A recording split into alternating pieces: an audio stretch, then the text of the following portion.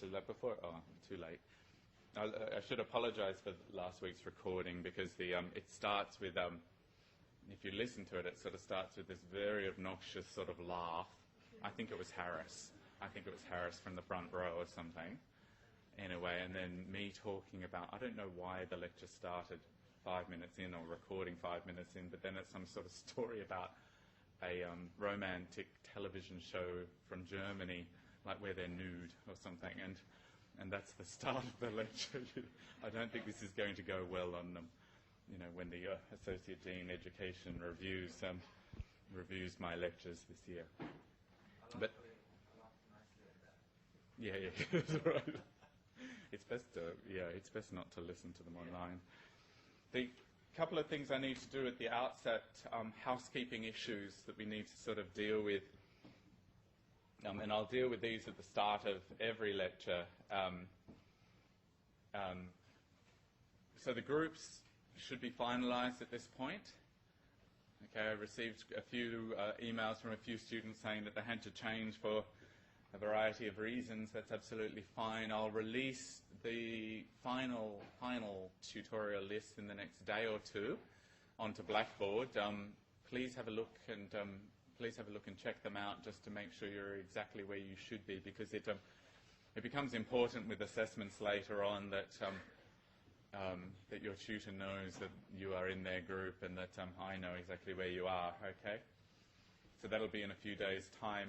We recovered tutor number 3, who's Hugo Moline, who's joining us. Hugo's sort of sitting in the front row here.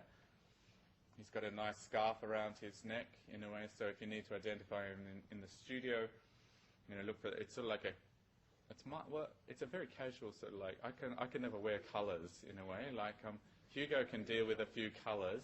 Well, that's a blue jacket, isn't it? Yeah. Even in the red light, it looks blue. And Hugo can sort of deal with colours, which will help you to identify him and not mistake him for me, amongst other things.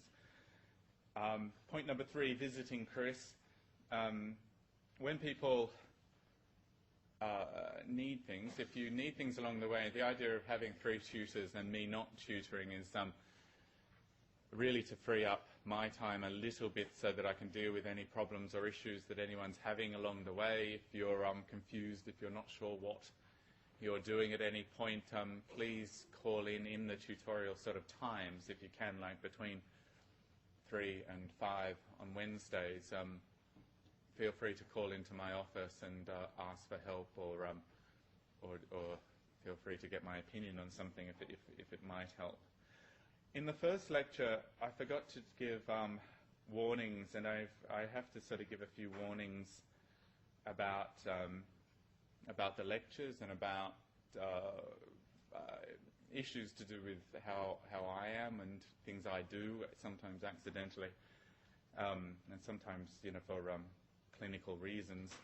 The language, sometimes rude words come out, in a way, and it's not because I'm rude. It's because I'm passionate, and because of my terrifying upbringing. Okay. The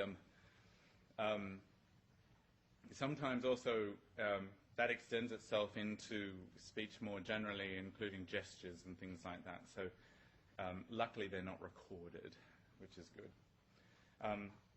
Fundamentalisms and fascisms. There's a few things that what we will do across the course of this lecture series, and what I'm aiming to do more and more in the next couple of weeks, is reduce the size of the lectures themselves and open up sort of space for discussion. What I want you to be thinking through and dealing with is a whole lot of fundamentals related to thought itself, related to philosophy, related to theory, and these usually hit home in some way, or they should be hitting home in some way. Last week I said ludicrous things like, we don't believe in truth anymore, for example. It doesn't operate anymore, and no one got up and torched the building or anything, which is really mild of you, in a way. Some of you likely believe that there are truths, like fixed truth that operates for eternities, that are beyond the contingencies of the moment, etc. And you should likely be offended by statements like, there is no truth. Okay, so what I would like, or be more comfortable with and happier with, is where there's issues or points or things that you're not sure about, like jot them down, or indeed feel free to jump up right on the spot, and we'll address them there and then, and I'll help to relativize the thought, or I'll help to actually explain the context of the idea or the thought. Okay. Now, it's important that you all, at this point in your architectural careers, develop very particular and thoughtful ways of engaging with yourselves and your work, that you get to grips with who you are, who you think you are, how you think your work's going to operate, how it is that you're going to position yourself on this planet.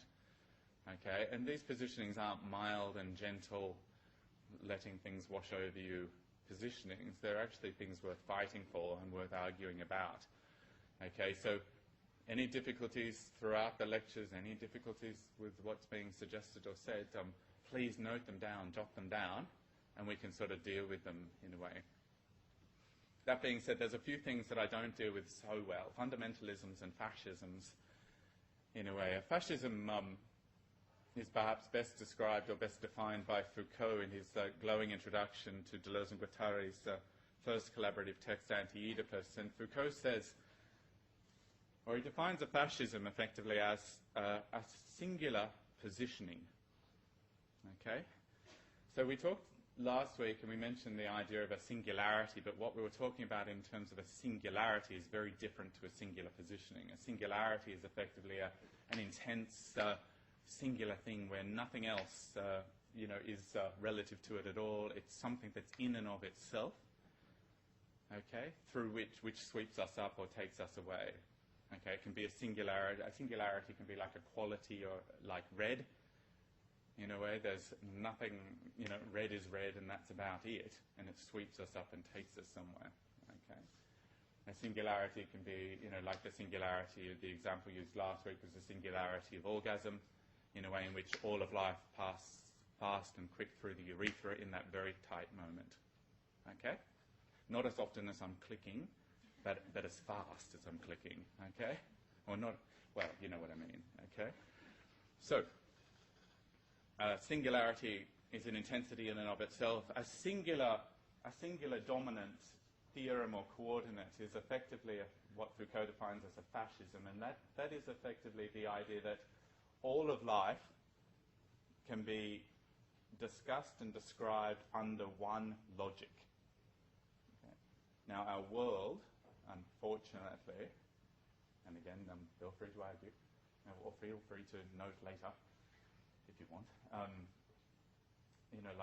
is composed of a whole series of sort of bizarre fascisms. Okay, for post-structuralists, psychoanalysis is a fascism.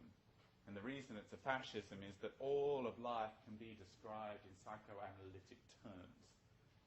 Okay, I can talk about Hugo's scarf in psychoanalytic terms. Okay, and the problem and the difficulty he had letting go of his mother.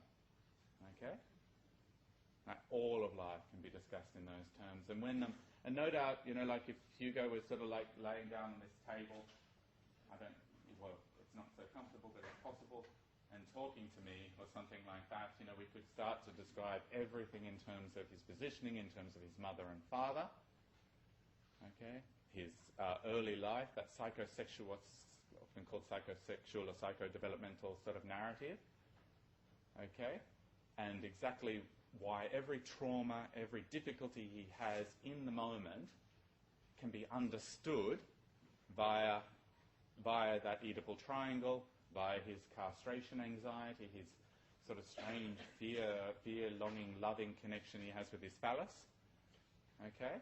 And also in terms of Oedipal theory. Hugo wants to effectively kill his father off to have sex with his mother, okay? Now that's not just Hugo, that's all of you, all right? And when you lay down with a psychoanalyst, the myriad of your life will pass through the psychoanalytic narrative, or will be formed into a psychoanalytic narrative. Okay? and I don't know what orange flashy means, but it might be. I'll just check on the screen. No, it looks like everything's fine. Okay, except I should remember to turn it off every now and again. Okay, so psychoanalysis would be a fascism in a very particular way because complexity of life can be singularized, put into its singular narrative structure. Marxism, okay, God love Marx. I mean, and God love Freud. Anyway, what they gave us was brilliant, except for the fact that the theorems become fascisms. Okay? They become like blocks. So a Marxist at a dinner party is a pain in the arse. If there's any Marxist sort of around the table, like all they're talking about is effectively social structure, the sort of, like exactly where profit lies, where the sort of structuring and the flow of social capital, etc. Okay? And the whole of the world, everything about your lives, Hugo's scarf, everything, can be talked about in terms of a Marxist narrative. Okay. Right. That would mean that it effectively operates as a fascism. Okay. Other great fascisms, of course, would be something like the Judeo-Christian tradition. All of your lives can be understood, like via effectively a story to do with your relationship with your God and the singular endeavour that you have in order to pass through that singular way into heaven. Okay? Classic fascism. One way in, via me, or you're not going to heaven. Right? You've constructed a fascism. Everyone else, the other 70% of the world's population, aren't going to heaven. They go to hell. Right? And that's the narrative. Fascisms. Okay? Now, there's no problem with theoretical and conceptual sort of constructions like Marxism, like psychoanalysis, like the Judeo-Christian sort of narrative, except for the fact that they sort of narrow it down and they imply a whole series of judgments. Okay? Except for the fact that they see themselves as being singular narratives. Okay? A psychoanalyst, if I told a psychoanalyst, I'm terribly distressed about what's going on in Palestine at the moment, they don't give a shit. Okay? They'll want to say, well, does Palestine have anything to do with your father? Tell me about your mother's background, right? Because they will reduce the story, what might be a complex cultural, what might be a complex socio-political story, into their singular narrative. And they will. And that doesn't mean it doesn't necessarily help you either. When I explain to Hugo why his fashion sense is the way it is, that trauma will sort of pass from him, okay? Because he'll sort of be able to say, oh, I now understand why I do what I do via this narrative. And any narrative that allows us to understand ourselves or our world better is in some way valuable. Okay, that's the value. The negative is when it becomes the narrative or a narrative and a singular narrative. I will only understand myself in these terms. Okay, and every question, every fixation becomes about this. I feel sad today. What does this have to do with my position in terms of my parents? Okay? And it has nothing to do with that. It just has to do with the weather, like in me feeling like the weather is somehow a reflection on me. Okay. So what I want people to be careful about, and it's just like a little warning sort of thing, is fascisms. I'm not interested in your singular narrative if you have a singular narrative. I'm fascinated by the Judeo-Christian narrative, as one of 1,000, as one of millions. Okay? But the fascisms of it are, the things that terrify me. Okay. And there's roughly the warnings. Blackboard. So this is just housekeeping matters we're doing now. Blackboard. You can imagine like having breakfast with me, and why my children end up so fucked up. They're going like, I don't know if I want, sugar on my muesli. Blackboard. I shouldn't laugh about it. It's sad. Blackboard. Blackboard. Everyone should have access to Blackboard now. It should be operating. The outline is on there. The lectures will go up there every week, or at least the recordings will go up every week.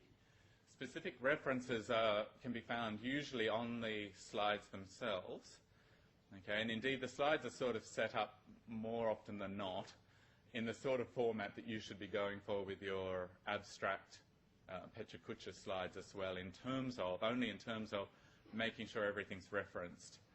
Okay, your images will come from somewhere particular, make sure they're referenced. Your quotes will come from somewhere particular. You don't need to read out the entire reference, on through the PowerPoint. But I should be able, and your tutors should be able to identify where the references come from, etc. Okay.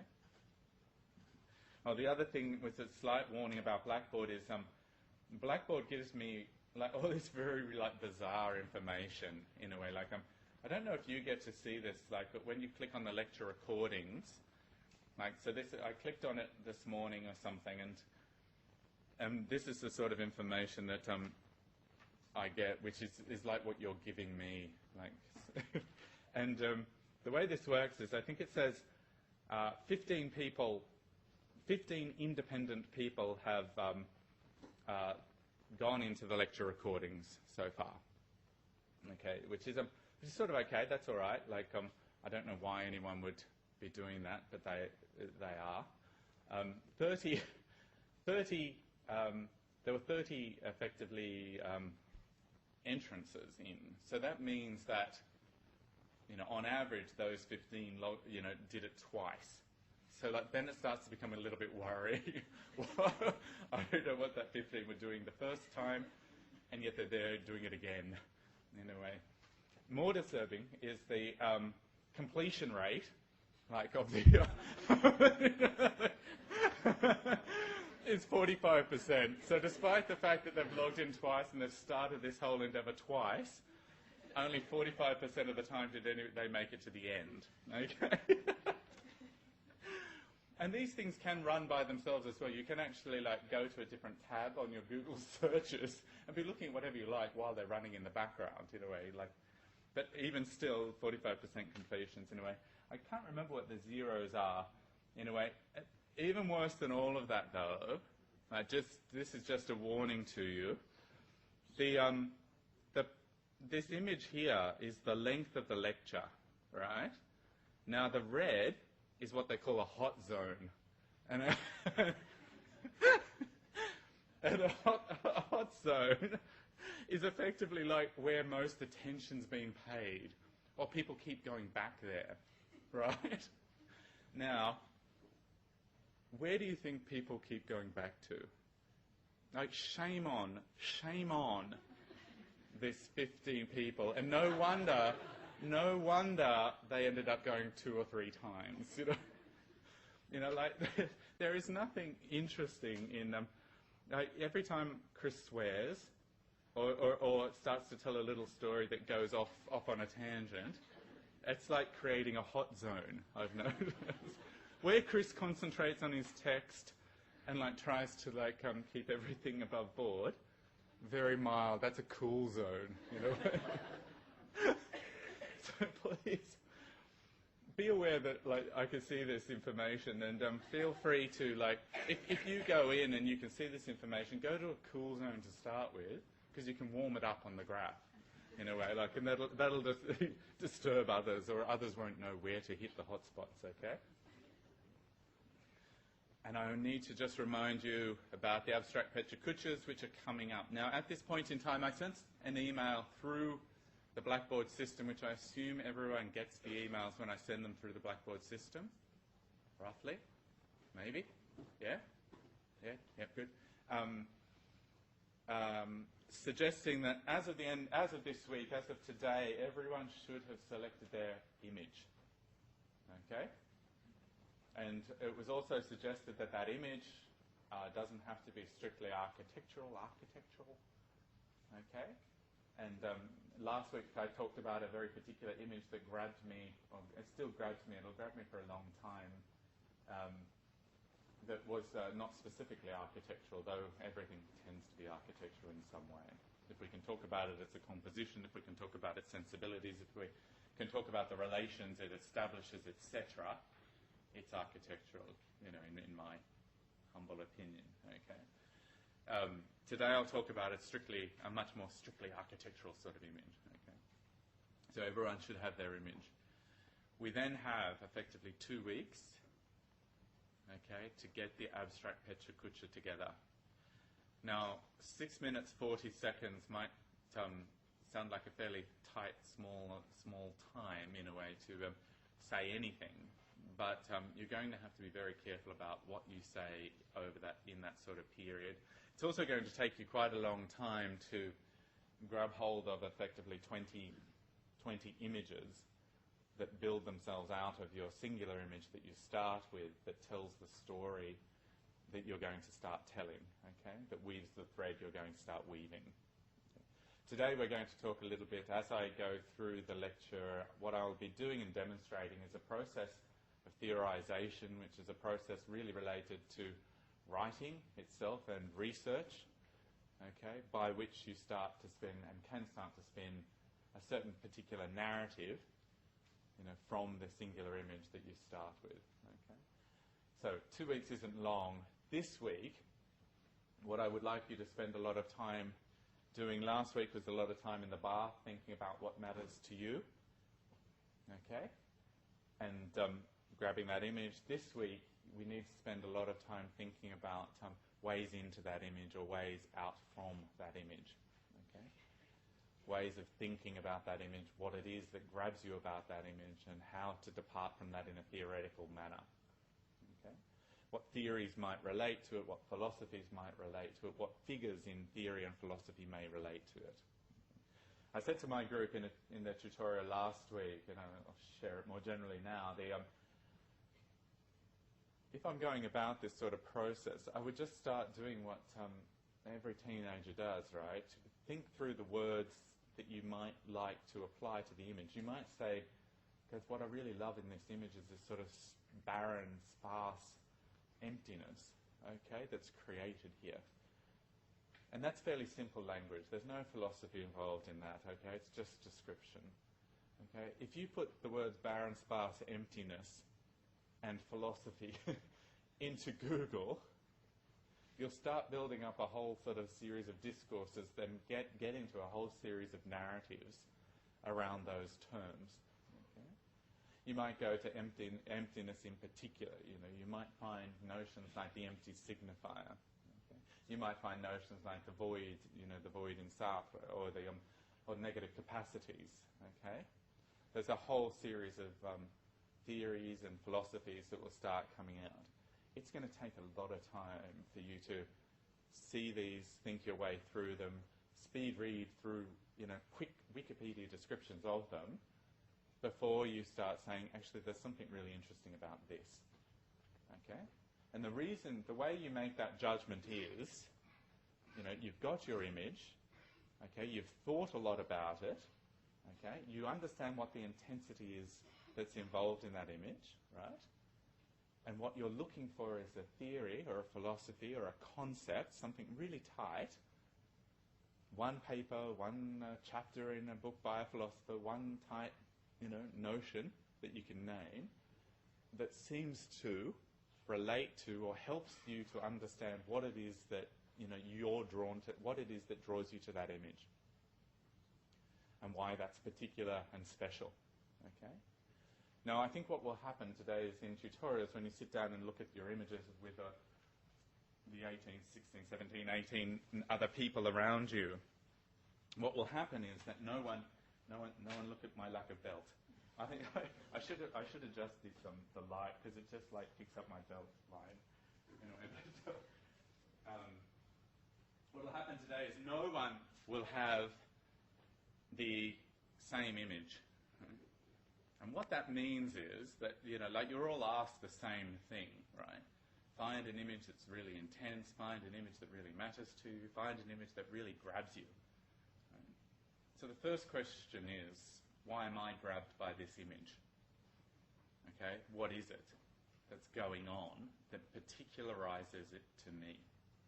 Why does it matter to me more than it mattered to the person sitting next to me? Okay. What is it that's going on here? Okay. Again, 1,000 ways of telling that story. You could talk about your childhood and your prefab Western, semiologies and your middle-class upbringings and the trauma of the day that your dad failed to bring a car home for you on your 18th birthday.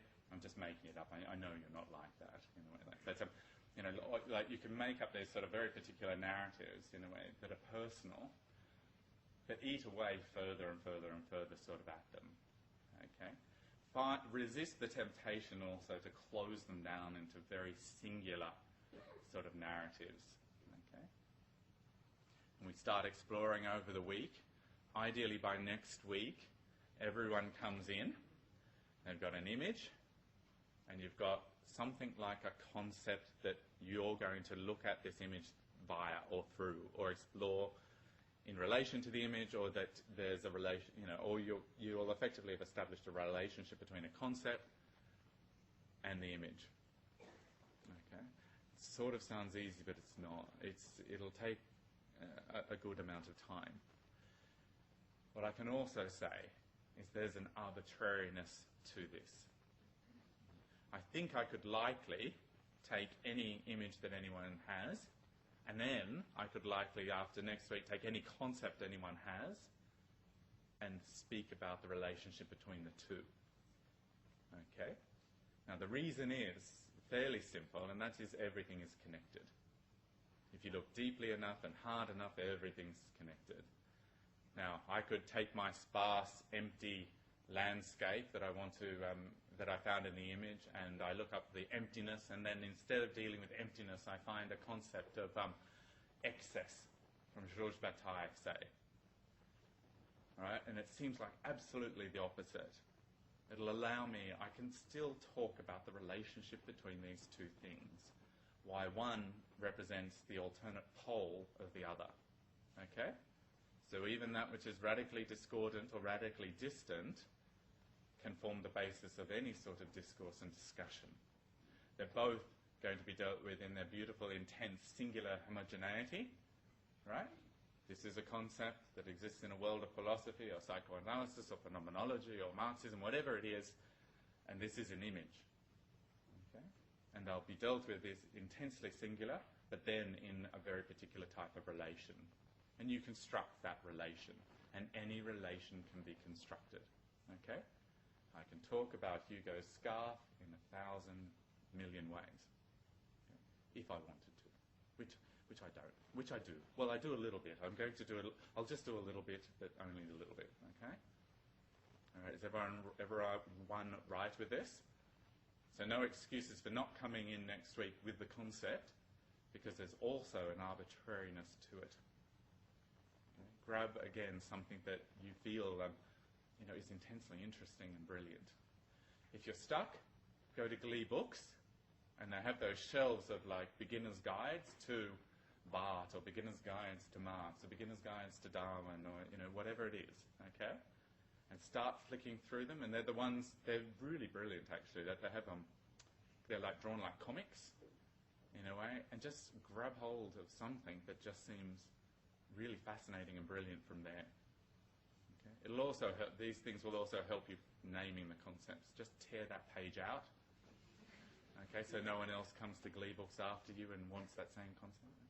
Tear that page out quietly. Okay? And then, oops, it's flashing again. And then, we'll take it from there. So is everyone right where we're going? Yeah? No problems? No traumas?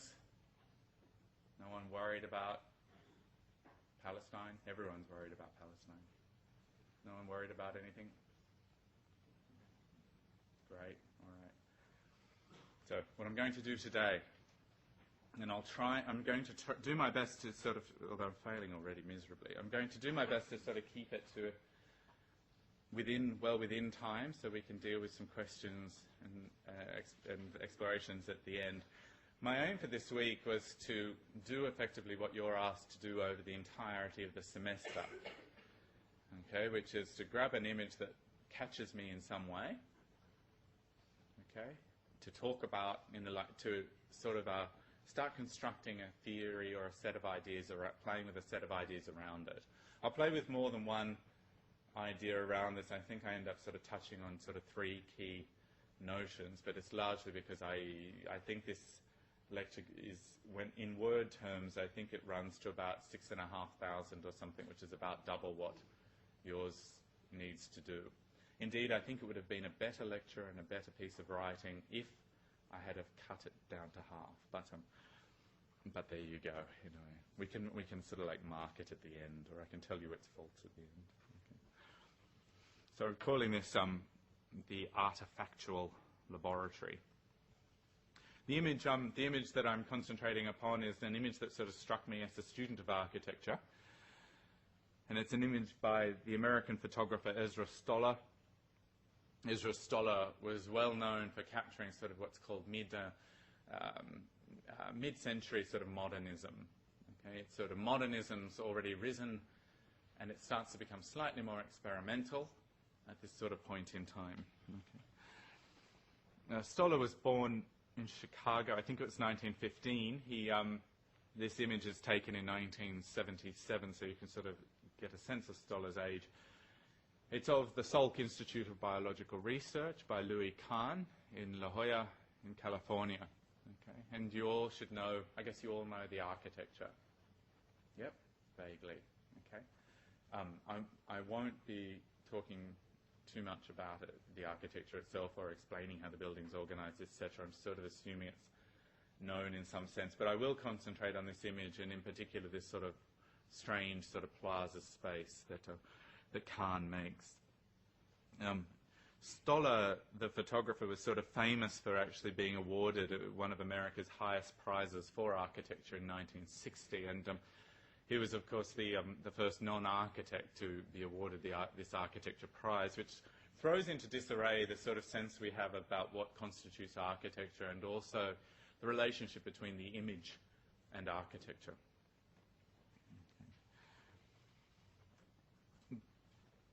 The laboratory is the site of the convergence of science and architecture, and the rhetorical, aesthetic, and political effects of their mutual engagement. In the last 2 decades, this building type has blossomed.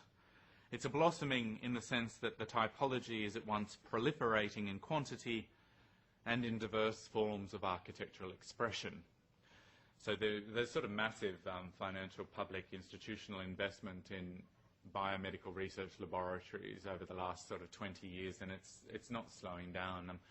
All around the world, governments are making an incredible run, as are private interests, in their incredible investments in something like the commercialized value of biomedical research, okay, which has its terrifying side. Architecture's most renowned practitioners, many of them Pritzker Award winners, have been commissioned not for their capacity to design functional laboratories, but in terms of their capacity to deal with architectural expression. The buildings they have designed are wildly diverse in appearance, but exhibit a common urge to communicate something about science. The frequent use of expansive internal and external glazing in many of these buildings is one such proliferating form of expression. The glazing is supposed to facilitate knowledge sharing between scientists while at the same time assuring the public that science has nothing to hide and is open to scrutiny. And we remember the discussions on transparency and glazing that have sort of gone on since the 1960s in architectural theory by Rowe and Slutsky, predominantly to begin with, where Rowe and Slutsky sort of make the point that transparency is often used as sort of a political positioning. It's sort of saying we've got nothing to hide. Okay? It's sort of a little bit like Protestants in a way. Can I say that? I should. So Protestants, like there's this sort of strange thing in Protestant communities, right, where they don't like to pull their blinds, and they like actually like space being open. And the reason is, so in places with high Protestant communities, you can sort of walk around and see what everyone's doing inside their house of a night, right, if you're into that sort of thing. Right? And the reason is they have nothing to hide. And if you have nothing to hide, then you definitely do not close your blinds. Okay? And it's the same sort of logic. Science has nothing to hide. It needs transparency. And transparency equals a political positioning, which is like saying, look, it's all fine. Nothing going on here, right? Of course, Vidler picks up on Rowe and Slutsky's paper on transparency and effectively sort of says politics is never that simple. Transparency can also be the illusion of openness, okay? The illusion that there's nothing to hide here. Laboratories would be a specific case in this regard. You know, all the laboratories, if you walk around Sydney University and you look at the biomedical laboratories, they'll look very open, very free and engaging in a way, and then all you have to do is ask, where are the animals? Right? They're not on display. Okay, they're kept in basements and well out of the way and secluded. Okay, so that illusion of transparency allows a whole lot of very particular massacres to take place. Okay. The glazing is supposed to facilitate knowledge sharing, while at the same time reassuring the public, nothing to see here. More often than not, though, transparency falls short of architecture's ambitions, and other techniques are enacted that allow buildings to speak for the science they house. Okay, so the key issue that I'm starting to play with and I want to play with in analysis of my Ezra Stoller image is the idea that an architecture speaks, okay, for something else. Okay, it's somehow expressing something of something else. So it puts it into the discourse of representation, things that stand in place of something else. Okay, now I'll explain it a little bit more as we go. At the Blizzard building, which is 2005 in London, or it's opened 2005 in London, architect Will Alsop, and again this is another laboratory building, he proposes that, quote, the very fabric of the building speaks about science. The Blizzard building is a rather bizarre sort of space. I might turn to this in future in a way. It's a fairly sleek glass building on the outside, and then on the inside there's sort of the public come in on this level here, and then they get to look down on this open laboratory. And the laboratory is so open down there that no scientist, no one actually ever works there because it's so insecure and so overlooked that they don't like to actually operate there. They feed off into the underground laboratories. You know, but the public nonetheless can have the sense that they can see what's going on. And then up above the public on higher levels are these odd pods that sort of float in the space and contain things like small seminar spaces and meeting rooms, etc. Okay. And they're sort of modelling things like viruses, you know, which is rather an odd thing to want hanging above your head. Anyway. Architecture laboratories at present, they play constantly with this. How does architecture speak for the science? So a lot of them take images really directly. In a way, this is like a double helix building in the EMBL in Heidelberg in southwestern Germany. The building sort of just takes the double helix structure of DNA and sort of plays it out at a bigger scale, and it's meant to speak about what science is about. In a way, I once with a colleague, Sandra Cargio-Grady, we stood sort of up the top of this building and watched for about 30 minutes as a guy who arrived at the bottom tried to deliver a parcel, in a way, because with double helixes, the two spirals never actually meet, in a way, and if you find yourself in the wrong spiral, you're really fucked.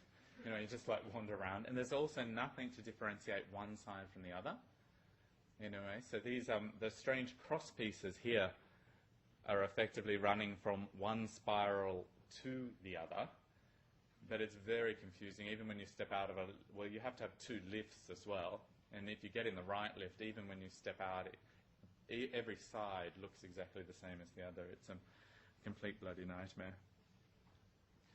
As we delve deeper into the motivations of laboratory architects and their clients and learn more about the economic and political forces bearing upon laboratory construction and biotechnical research, it becomes clear that the word expression that we had originally used in proposing our project requires a radical rethink.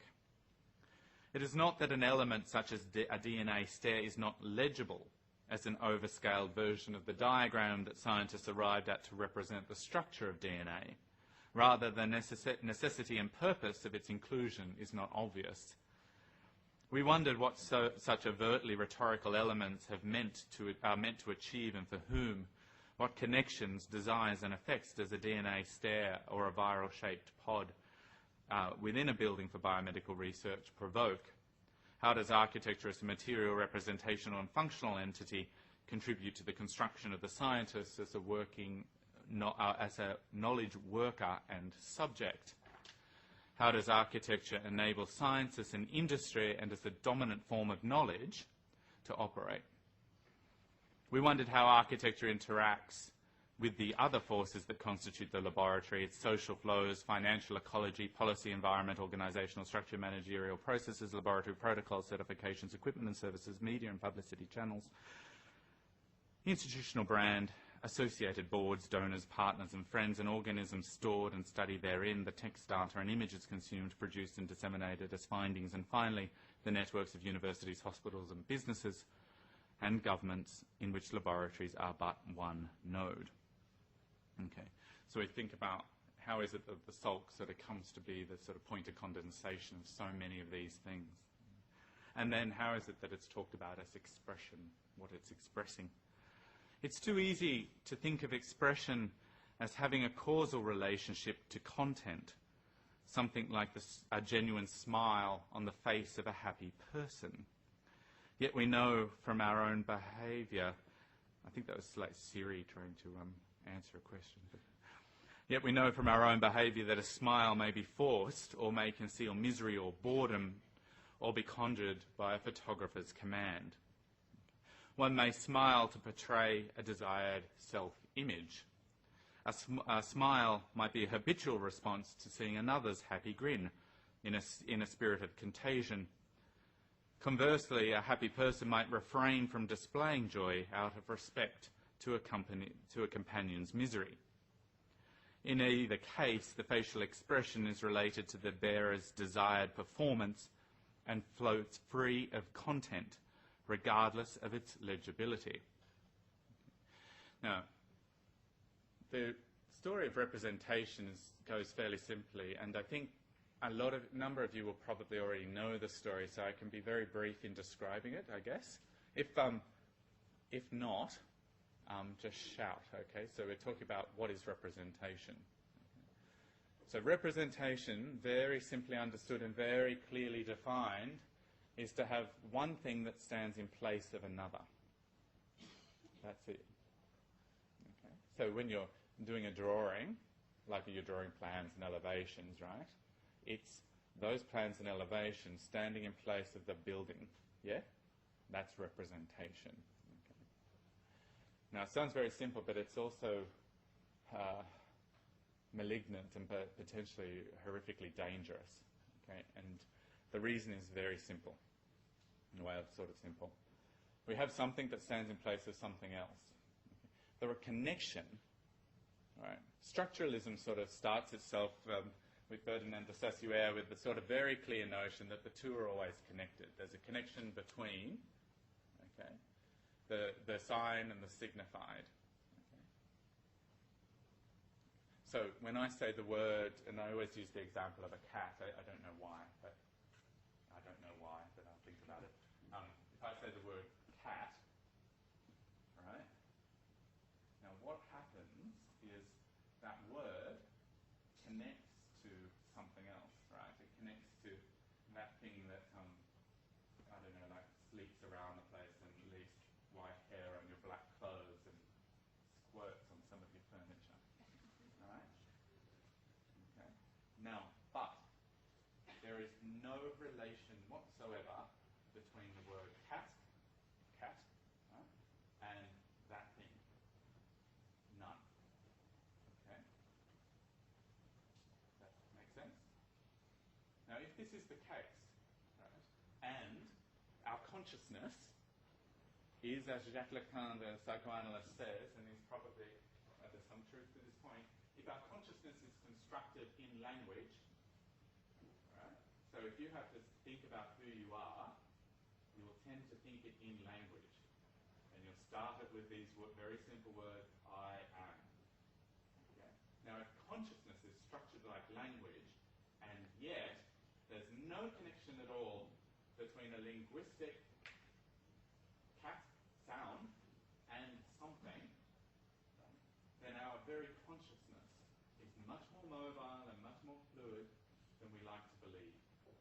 we like to imagine that when I say or I think I am, that I'm referring to something very particular, and it's grabbing it very particularly.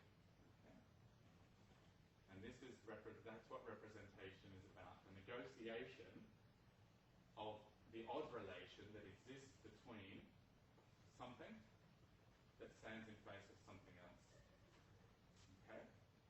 Now it sounds sort of quite bizarre and banal in some ways, but it's absolutely fundamental. Okay? Because what it tells us is that we construct the world in language, and yet that language has an incredible inherent slipperiness to it. It's always sliding past us. Okay? Just as we ourselves are sliding past ourselves in that statement, I am. Okay? I've already moved on by the time I actually can think it. Okay?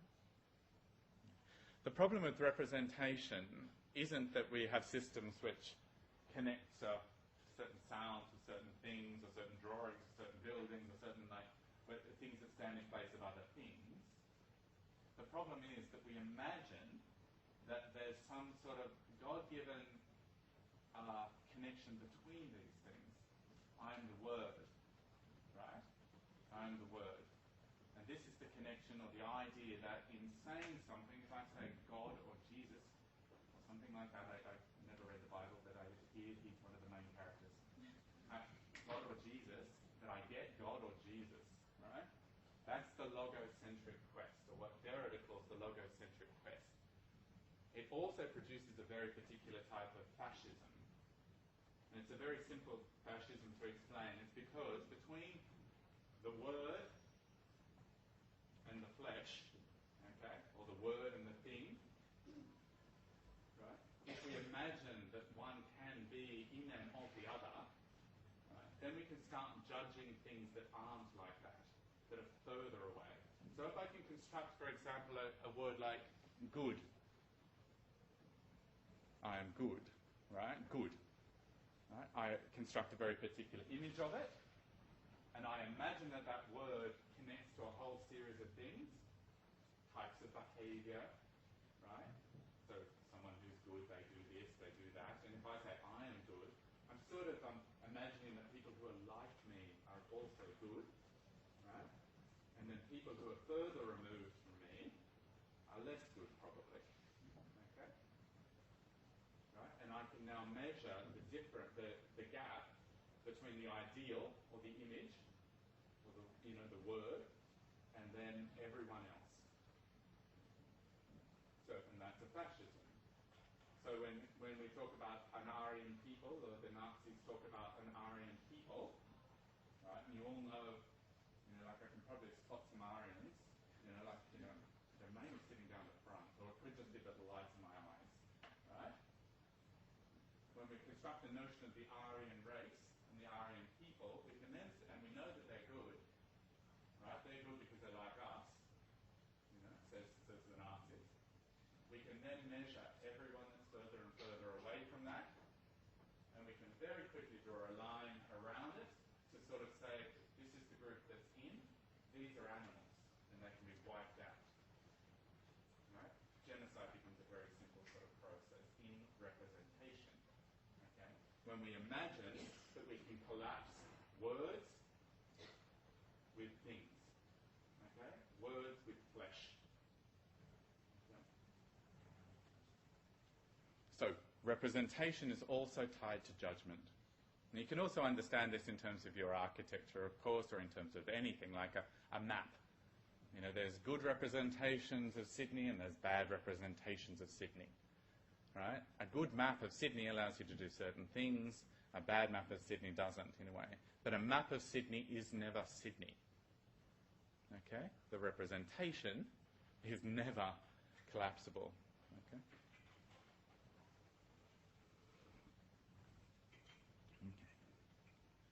Though less fleeting than a smile and fluid, architectural expression is as complex as facial expression. And the point to do with facial expression is I can smile, whereas all I feel is pain on my inside. Okay? Now, there's a truth to the smile in a way. And indeed, like if you're one of the proponents of laughter therapy or cognitive behavioral sort of therapy, you'd sort of say, well, every time you smile, it's like making yourself happier, or you're becoming happier, or something like that. Okay? But just as I can tell a truth in language, I can also lie. Okay? All right? It's very simple for me to... Oh, shit. It's very simple, sorry. It's very simple for me to, like point to that creature that curls around your legs and pisses everywhere and things like that and say dog. It's a dog. Okay? Now, there's nothing like problematic in sort of doing so. Okay? And we can lie about anything. So the smile is not necessarily a smile. Expression is not always or necessarily connected to content.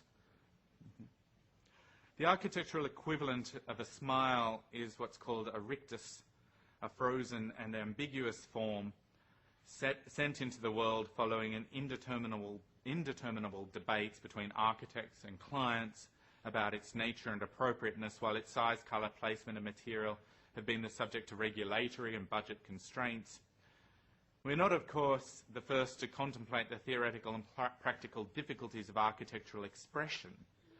There is a long history in the discipline of thinking about architecture as the bearer of meaning, and that history borrows from parallel concepts of expression in language, in linguistics, and in philosophy. Science, too, is engaged in questions of expression and representation, and architecture has followed these developments closely. Techniques of observation and image-making, of classification and argumentation have flowed between science and architecture, as have metaphors and concepts of unity, growth, causality and performance. What we have attempted to do is to take architectural expression beyond questions of content, legibility, semblance and audience reception. We have situated the study of the laboratory within a very rich and broad ecology of scientific rhetoric and persuasion, of varying forms of expression. Indeed, we've looked to concentrate on the very tiny items that might constitute science, to invest in what Brian Masumi calls a radical empiricism, which is to fixate on the tightest of sort of elements or the tightest of image in order to start a narrative. Okay? And it's what you're going to be doing through your essays or toward your essays. Okay? How is it that that image sort of starts to open out and weave a very particular narrative? Okay? If, effectively, there is no absolute dominant discourse, if an absolute dominant discourse is a fascism, or what we called last week the series of dominant coordinates, okay, how is it that we actually even start? Okay? If I can't start by positioning something in terms of saying, oh, it's good or it's bad, because that would, of course, be to be entering into like a discourse of Judeo-Christian representation. Okay? If I can't start by saying, like how something fits into a particular power structure in a Marxist sense, what do I do? Brian Masumi comes up with a certain notion of radical empiricism, which is to fixate as tight as possible, okay, on something as small and minute as possible. It might be as minute as an image or a tick that, or a clicking of fingers, or a sort of tick that one gets behind one's eye, like when stressed around the breakfast table. Okay? The aim is not to reduce the mode of operation of the laboratory into any singular conceptual conclusion or summative statement, but to articulate how some of the complex mechanisms at stake are allow the buildings to speak for the science that they harbour. Gossip. As a young academic in his 20s, Bruno Latour spent between October 1975 and August 1977 at the Salk Institute of Biological Research. So Latour, as the young social scientist, was on site when Ezra Stoller was there to take his famous images. Latour was observing scientific work as if it were the rituals of an unknown tribe. Okay? He looked at the world intensely, freshly about everything. And I think as architects and as architecture students, we absolutely need to do this. You need to actually be bowled over constantly by the world around you and what's going on in it and how it's configured itself. You have to see it as strange. Okay? Because if you're not seeing it as strange, then you're just taking it as habit, which means internalizing it as just the way it is. Okay? But for architects, it's not just the way it is. You are the constructors of worlds. Okay, so to see anything as just the way it is highly problematic at the outset. Okay? And Latour was the same. He goes into the laboratory, and no one else had ever gone into a laboratory like this to see how strange and interesting the operations of the laboratory were. In this case, the sulk. With co-author Steve Woolgar, Latour reported his findings in a book called Laboratory Life, The Social Construction of Scientific Facts of 1979. In their report, Latour is referred to in the third person as the observer, as if, they write, he were a fictional character. Lanky, patrician and voluble, it's hard to imagine that Latour was a silent and unnoticed witness. Latour and Woolgar's first observation is that scientists are, quote, compulsive and almost manic writers, end quote, and that, quote, a vast body of literature emanates from within the laboratory, end quote. The laboratory is, quote, a hive of writing activity, end quote, and, quote, a system of literary inscriptions, end quote. So what Latour starts by doing is sort of saying science, in this world of science, is all constructed in words and in the writing and transcription of ideas. Okay? The focus on writing is, they admit, a crutch for them as non-scientists unable to recognise and comprehend the puzzling mixing of liquids and gases, the strange images, the unknown vocabulary, and thus, quote, by pursuing the notion of literary inscription, our observer has been able to pick his way through the labyrinth, end quote. That is, Latour and Woolgar render the laboratory in their own terms. Latour and Woolgar propose that science rests on texts, diagrams, and other modes of representation. Okay? So it's not God-given, is the first point. Okay? There's nothing right or accurate or good or truthful about science, is the starting point. It's constructed, okay? And it's constructed in words like so much is. Okay? They conclude that, quote, scientific activity is not about nature. It is a fierce fight to construct reality. Okay? So scientific activity itself is a construction of reality. The laboratory is the workplace and the set of productive forces which makes construction possible. Okay, so the architecture is something that makes construction possible, or at least the architecture combined with the activity that comes to constitute what we call the laboratory is what makes these constructions possible. Science is interesting for Latour not because it is outside of society, but because it isn't. Their claim that science is founded on storytelling was protested by many from within and outside of science who found its social constructivism an absurd attack against the repeatability, the transferability and the solidity of the experimental method. Okay? Now, we tend to have a certain image of science and what we think of as science as being somehow a truth. And we often pose that system of truth against other versions of truth. Okay, so you have scientific truth. And so you end up with those very bizarre debates between, atheists relying on science, right? And like Richard Dawkins, who mad as a hatter these days, but was really brilliant in the 70s and 80s, like really brilliant. You have this sort of like mad characters like Richard Dawkins, oh, we can't believe in God, we can't have gods because, and there's all these scientific reasons, we've got this science here. Right? Science is alternatively just the same type of construct. It has a very particular logic to it. It plays itself out in a very particular rhetorical manner. Okay? Its object and its function is radically different to that of religion, but at the same time, it's a constructing of the world. Okay? And it's a constructing that we rely on every day.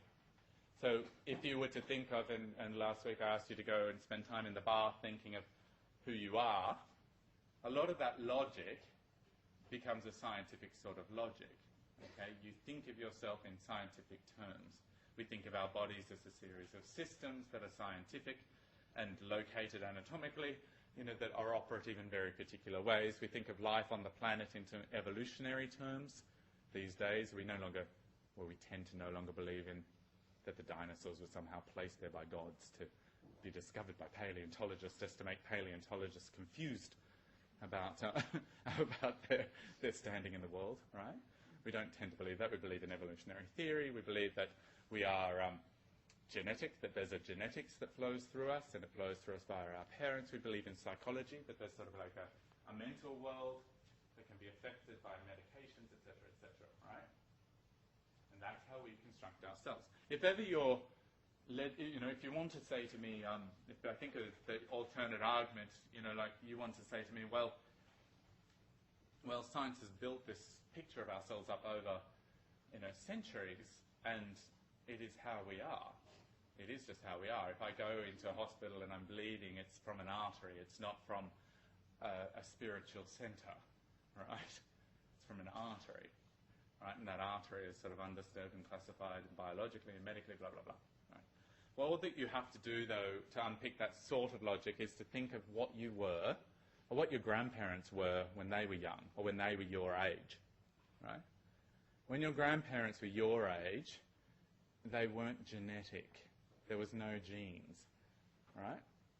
So were they that radically different to you? Like, and the answer is probably no, but they weren't genetic, okay?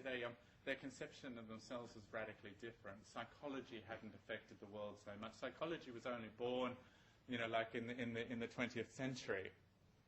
There wasn't psychology before that. We didn't talk about ourselves as psychological beings until Freud brought psychology. Okay? In our grandparents' era, like, to be born female, of course, was to be born as a sort of strange subset of the masculine, with limited opportunities, but a lot of good life coming their way if they married the right man. Okay? Now, was your grandmother that different to you? No. In a way, like, so what's the situation?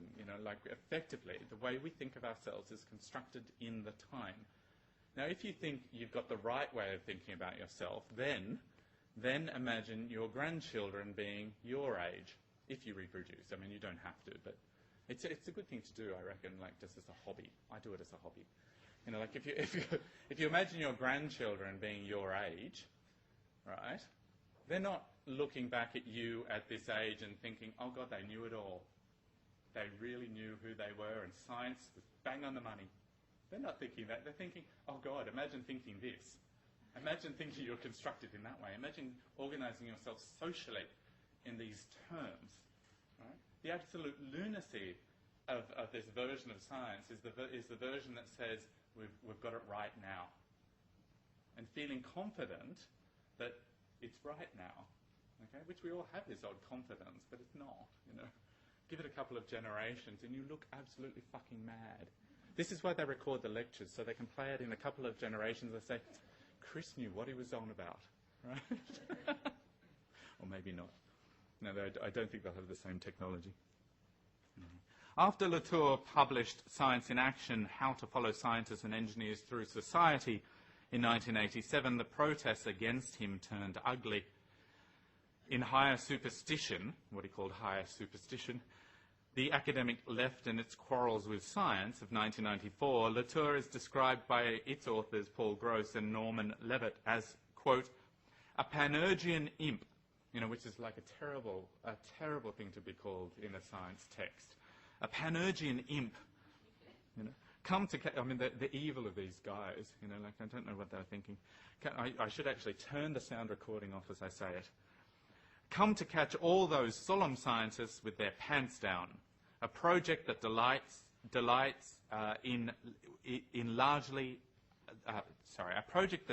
his or Latour's largely anti-scientific audience, end quote. The rebuke is hysterical. A prurient reader looking for an expose of the private parts of science will be bitterly disappointed. Latour and Woolgar aspire to observing only the routine and the normal practices of science at the bench, avoiding, they state, the temptation of instant